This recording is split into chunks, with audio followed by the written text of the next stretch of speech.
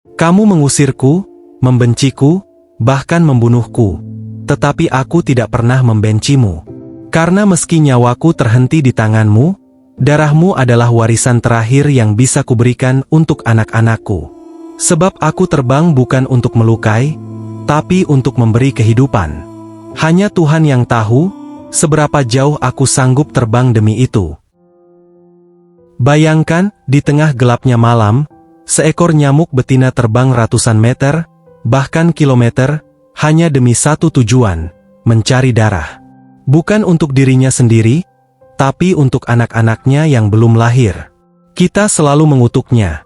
Pengganggu, penyebar penyakit, penghisap darah, tapi pernahkah kita bertanya, mengapa nyamuk sampai nekat mempertaruhkan nyawanya hanya untuk setetes darah? Jawabannya, mungkin akan membuatmu memandangnya dengan cara yang sama sekali baru. Bahkan sekitar 70% dari mereka tak pernah sempat melihat anak-anak itu menetas. Ini adalah kisah pengorbanan seekor nyamuk. Pertama-tama, mari kita luruskan fakta. Tidak semua nyamuk mengisap darah. Hanya nyamuk betina yang melakukannya.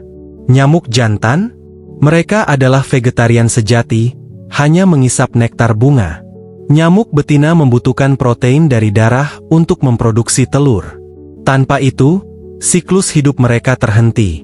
Jadi, saat mereka mendekat dan menggigit kita, sebenarnya mereka sedang berjuang untuk menjadi seorang ibu. Nyamuk betina dapat hidup sekitar 2 minggu sampai 1 bulan tergantung spesiesnya. Sedangkan nyamuk jantan lebih singkat, mereka hanya bisa hidup selama 1 minggu. Dalam sekali bertelur, nyamuk betina bisa menghasilkan 100 sampai 200 butir telur. Perjalanan mencari darah bukanlah hal mudah. Sebagian besar nyamuk hanya berani terbang beberapa ratus meter dari tempat menetas. Tapi beberapa spesies yang luar biasa mampu menempuh jarak hingga 8 km, bahkan lebih, demi menemukan sumber darah. Namun, ini adalah misi berbahaya. Mereka harus menghindari predator mereka seperti capung dan laba-laba. Ditambah mereka harus melawan angin kencang dan hujan yang bisa sangat mematikan bagi mereka. Belum lagi bahaya yang ditimbulkan oleh manusia seperti racun nyamuk, raket listrik, semprotan anti serangga.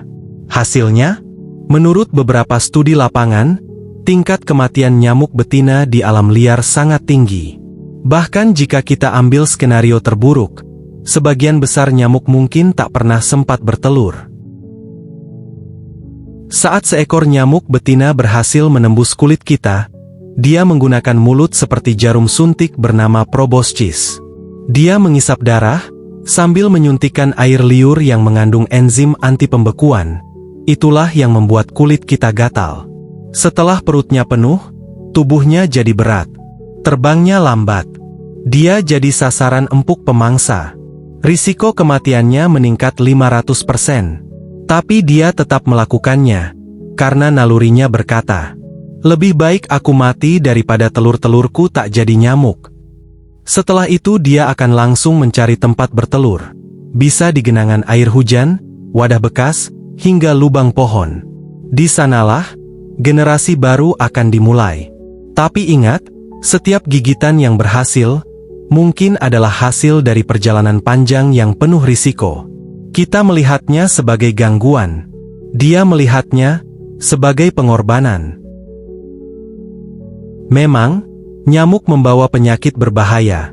Malaria, demam berdarah, Zika, chikungunya.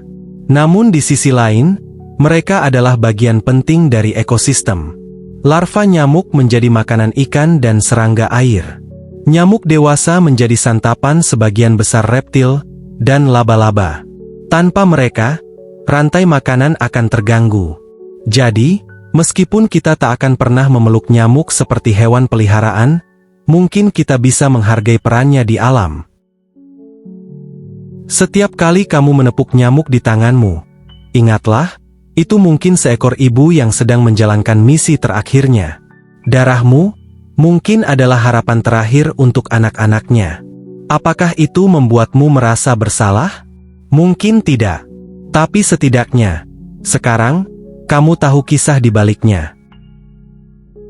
Video ini tidak menganjurkan kalian agar membiarkan nyamuk menggigit kalian. Kewaspadaan pada penyakit tetaplah penting. Tapi, sedikit empati tak pernah menyakiti siapapun. Terima kasih bagi yang sudah menyaksikan video ini sampai akhir. Jangan lupa like, share, subscribe dan komen untuk mensupport channel ini dan jangan lupa pencet tombol lonceng agar dapat menyaksikan video berikutnya.